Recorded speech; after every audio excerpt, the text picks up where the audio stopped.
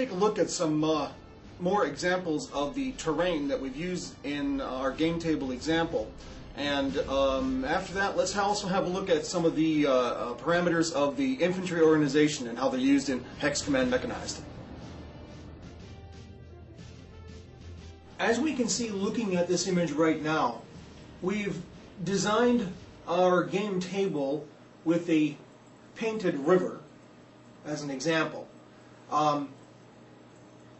The reason we did that was because it's a lot easier to use painted surfaces than it is in some cases so much terrain that things start to look kludged together. And although I admit there's a lot of kludging going on in this hobby to begin with, we want to try and reduce as much as possible certain elements, and one of them is roads and rivers. And so what we're looking at here actually is a 15 millimeter layout, 15 millimeter United States for the American Civil War. So therefore the roads are very narrow, and that's an example right there. The road is very narrow. But what we're doing is, for this demonstration, is we're actually using the same terrain to point it out that it can easily be done. And one of the ways it can be done is that we've got this huge piece of canvas that we've painted. And as we broadcast games on the internet, we of course wanted that high contrast, hence the reason why all of our games may look like they're in the desert. The reason for that is we want the people viewing the games on the internet to be able to see the terrain very easily. And you can't really do that when you have super realistic terrain. So you have to be more abstract with it, hence the color that we see here today. So what I wanted to point out was that in creating the Second World War in Europe, we've actually availed ourselves of some of the 15 millimeter terrain that we've got, but also because we're doing it in 1/72 scale with plastic miniatures and vehicles and so on, we've got some terrain that varies from the usable for 15 millimeter scale to usable for the HO scale. And one of those examples is this cornfield right here. Now, it's actually obviously very small, and it's a young cornfield because it's for the 15 millimeter game. So what we've done is we've actually cut it down to be a lot smaller and look more appropriate with 15 millimeter scale figures. But what I'm going to do is I'm going to actually show you an example of a 50 caliber machine gun crew next to that. Now, zoom in a little bit and you can see it's actually appropriate. And what I'm trying to get across here is that you can use terrain as much as you can between the eras if you kind of reach a middle ground. And that's where this kind of it works. That 50 caliber machine gun is of course a monster of a machine gun, and taking a minimum of 2 people to operate and probably 4 people to maneuver.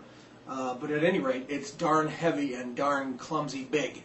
But that's the example. Now, what I also wanted to show was the basing concepts for the troops. Again, these are 172 and 176 miniatures, both from Revell and probably some Metallery, maybe Matchbox, I think. But anyway, these are Revell and Eschi combination.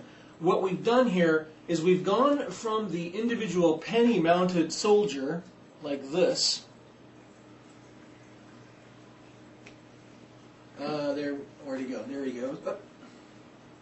Can't get him in camera view. Okay, there he is. So we've gone from this individual mounted figure to this stand, which is a squad of infantry in the Hex Command rules system. Let me get the cornfield out of the way. So what we're looking at here now is a squad of infantry. It's a combination. It's a mixture. What this shows you right away is that when you have individual figures and they're temporarily mounted, it means you can mix and match capabilities. And that's one of the interesting things, and one of the things we came up with a long time ago for the rules company command. We've kind of carried that over into Hex Command Mechanized. So the stand itself is infantry, and it plays into our standard concept of a thing is a thing, a gun is a gun. These are, there we go, infantry. But there's a bit of a difference.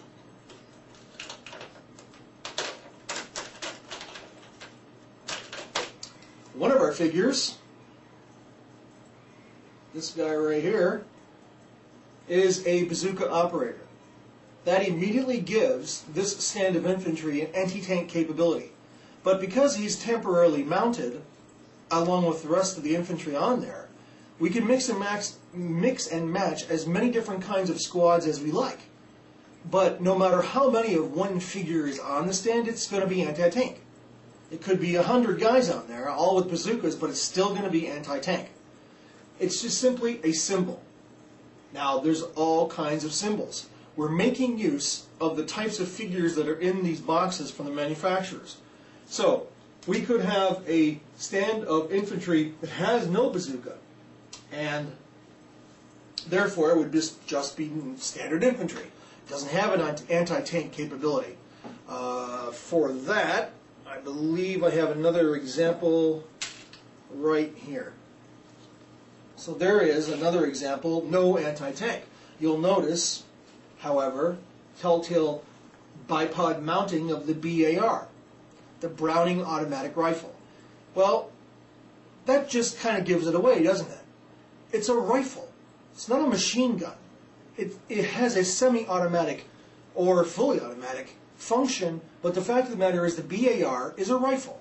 It may not have the extreme range of the standard infantry issued rifle, but the fact is it is and was a higher output version of a rifle that basically was like a submachine gun. Perhaps a little bit longer range, but nonetheless not a full-blown 30 caliber or 14.7 or MG42. It's just simply an infantry weapon with a high rate of fire, and unfortunately a small clip as well.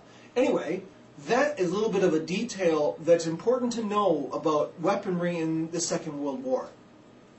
But again, we're back to the same thing. Infantry is infantry, and there we are. There's your standard infantrymen. So, we've seen this. We've got basically a piece of wood painted, the men temporarily mounted to it, and they are permanently mounted, of course. In this particular case, I think they're actually mounted on pennies. Gives them some weight. But you can also modify those bases to look more like this. Quite a difference. What we've done here is we've added some HO or, it is essentially, it's a railroad hobby terrain, and that being the grass. And we've added flocking to it. You can see the location of where the pennies used to be, and we've removed the figures from the pennies and mounted them directly and haven't quite finished that standoff yet.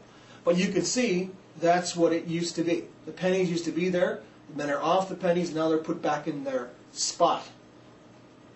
But what this does is it adds a little bit of realism to the look of the thing.